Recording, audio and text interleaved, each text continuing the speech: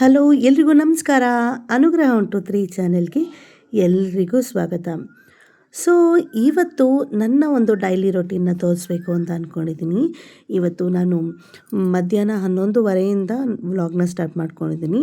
ತಿಂಡಿ ಎಲ್ಲ ಮುಗಿಸ್ಕೊಂಡು ಸ್ವಲ್ಪ ಕಾಫಿ ಕುಡಿಯೋಣ ಅಂಥೇಳಿ ಕಾಫಿನ ಮಾಡ್ಕೋತಾ ಇದ್ದೀನಿ.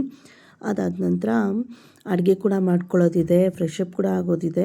ಹಾಗಾಗಿ ಸಾಕಷ್ಟು ಕೆಲಸ ಇರೋದ್ರಿಂದ, ಸಾಕಷ್ಟು ಕೆಲಸ ಅನ್ನೋದಕ್ಕಿಂತ ಅಡುಗೆ ಮಾಡೋ ಕೆಲಸನೇ ಇವತ್ತು ಇರುವಂಥದ್ದು.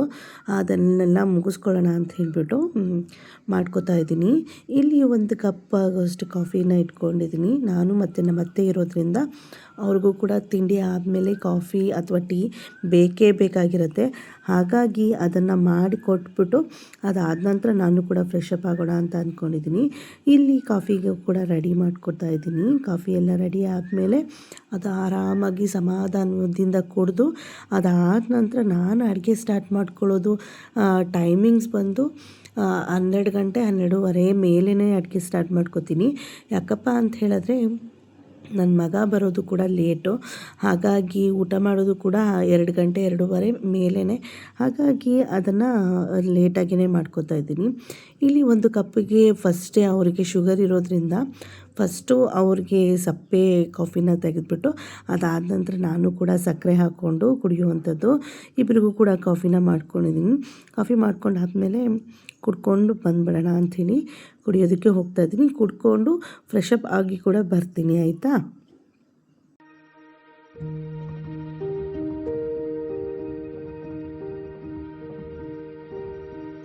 ನಾನು ಕೂಡ ಫ್ರೆಶ್ ಅಪ್ ಆಗಿ ಸ್ವಲ್ಪ ಸೆಪ್ಟೋಯಿಂದ ಕೂಡ ಕೆಲವೊಂದಿಷ್ಟು ಐಟಮ್ಸ್ನ ಆರ್ಡ್ರ್ ಮಾಡ್ಕೊಂಡಿದ್ದೆ.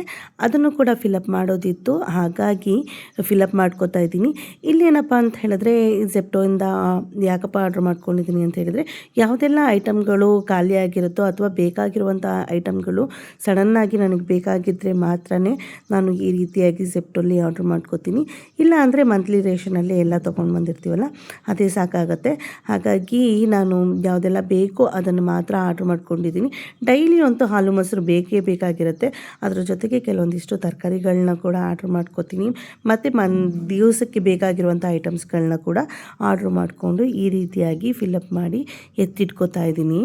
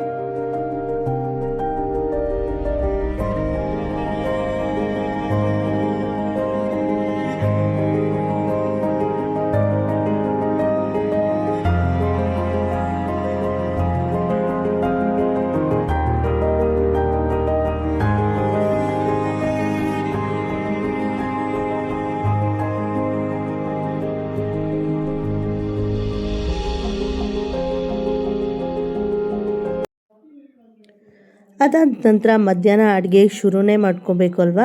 ಶುರು ಮಾಡಿಕೊಂಡೆ. ಮಧ್ಯಾಹ್ನ ಅಡುಗೆಗೆ ಅಂತ ಹೇಳಿಬಿಟ್ಟು ಮೊನ್ನೆ ಸಂತೆ ಇತ್ತು, ಸಂತೆಯಿಂದ ಸ್ವಲ್ಪ ಸೊಪ್ಪನ್ನು ತೊಗೊಂಡು ಬಂದಿದ್ದೆ.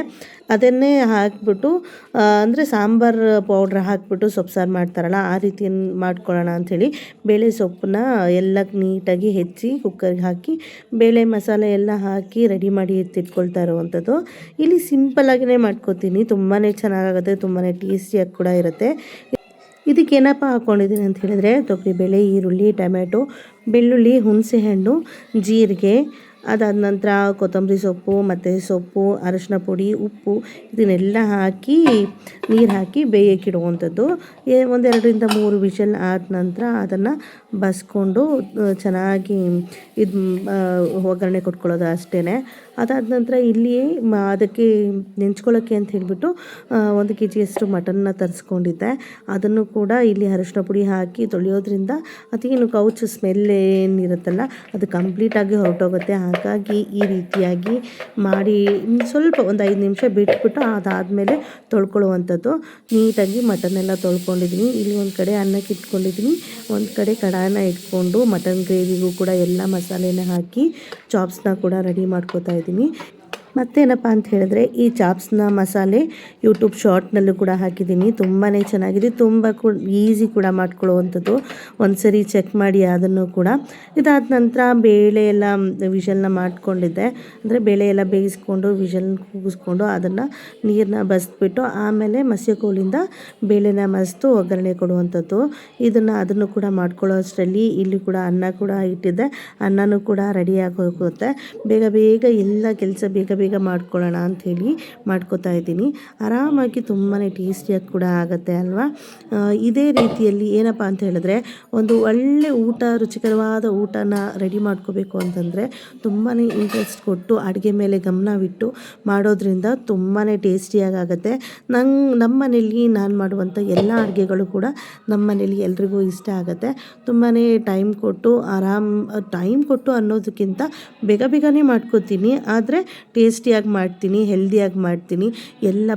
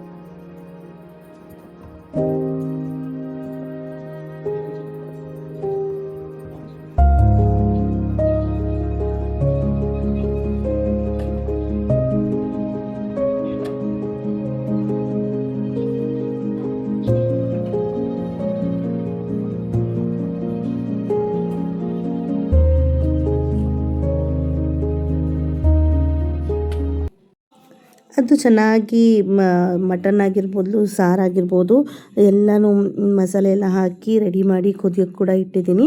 ಅದನ್ನು ಚೆನ್ನಾಗಿ ಕುದಿಯೋ ತನಕ ಇಲ್ಲಿ ಸ್ವಲ್ಪ ಪಾತ್ರೆ ಬಿದ್ದಿತ್ತು, ಅದನ್ನು ಕೂಡ ವಾಶ್ ಮಾಡ್ಕೊಂಬಿಡೋಣ, ತೊಳೆದು ಇಟ್ಕೊಂಬಿಡೋಣ. ಇನ್ನು ಪಾತ್ರೆ ಲಾಟ್ ಆದರೂ ಕೂಡ ಅಷ್ಟೊಂದೇನು ಚೆನ್ನಾಗಿರಲ್ಲ ಅಲ್ವಾ. ಹಾಗಾಗಿ ಅಡುಗೆ ಮಾಡಿದ್ದಂಥ ಪಾತ್ರೆಗಳನ್ನೆಲ್ಲ ನೀಟಾಗಿ ವಾಶ್ ಮಾಡಿ ಮಧ್ಯಾಹ್ನನೇ ಎತ್ತಿಟ್ಕೊಂಡ್ಬಿಡ್ತೀನಿ. ಜಾಸ್ತಿ ಕಾಣೋದಿಲ್ಲ, ನೀಟಾಗಿ ಕೂಡ ಇರುತ್ತೆ. ಹಾಗಾಗಿ ಅದನ್ನು ಕೂಡ ಮಾಡ್ಕೊಳ್ಳೋಣ ಅಂಥೇಳಿ ಮಾಡ್ಕೋತಾ ಇದ್ದೀನಿ. ಇದೆಲ್ಲ ಆಗೋಷ್ಟರಲ್ಲಿ ಪಾತ್ರೆ ಎಲ್ಲ ತೊಳೆದು ಎತ್ತಿಡೋ ಅಷ್ಟರಲ್ಲಿ ಅಲ್ಲಿ ಸಾರು ಕೂಡ ಚೆನ್ನಾಗಿ ಕುದಿಯುವಂಥ ಸ್ಮೆಲ್ ಕೂಡ ಬರ್ತಾಯಿತ್ತು. ಇನ್ನೇನು ಒಗ್ಗರಣೆ ಕೊಟ್ಟರೆ ಆಯಿತು. ಹಾಗಾಗಿ ಇದನ್ನು ಬೇಗ ವಾಶ್ ಮಾಡಿ ಎತ್ತಿಟ್ಕೊಂಬಿಡೋಣ ಅಂತ ಹೇಳ್ಬಿಟ್ಟು ಈ ಕೆಲಸನೂ ಕೂಡ ಮುಗಿಸ್ಕೋತಾ ಇದ್ದೀನಿ.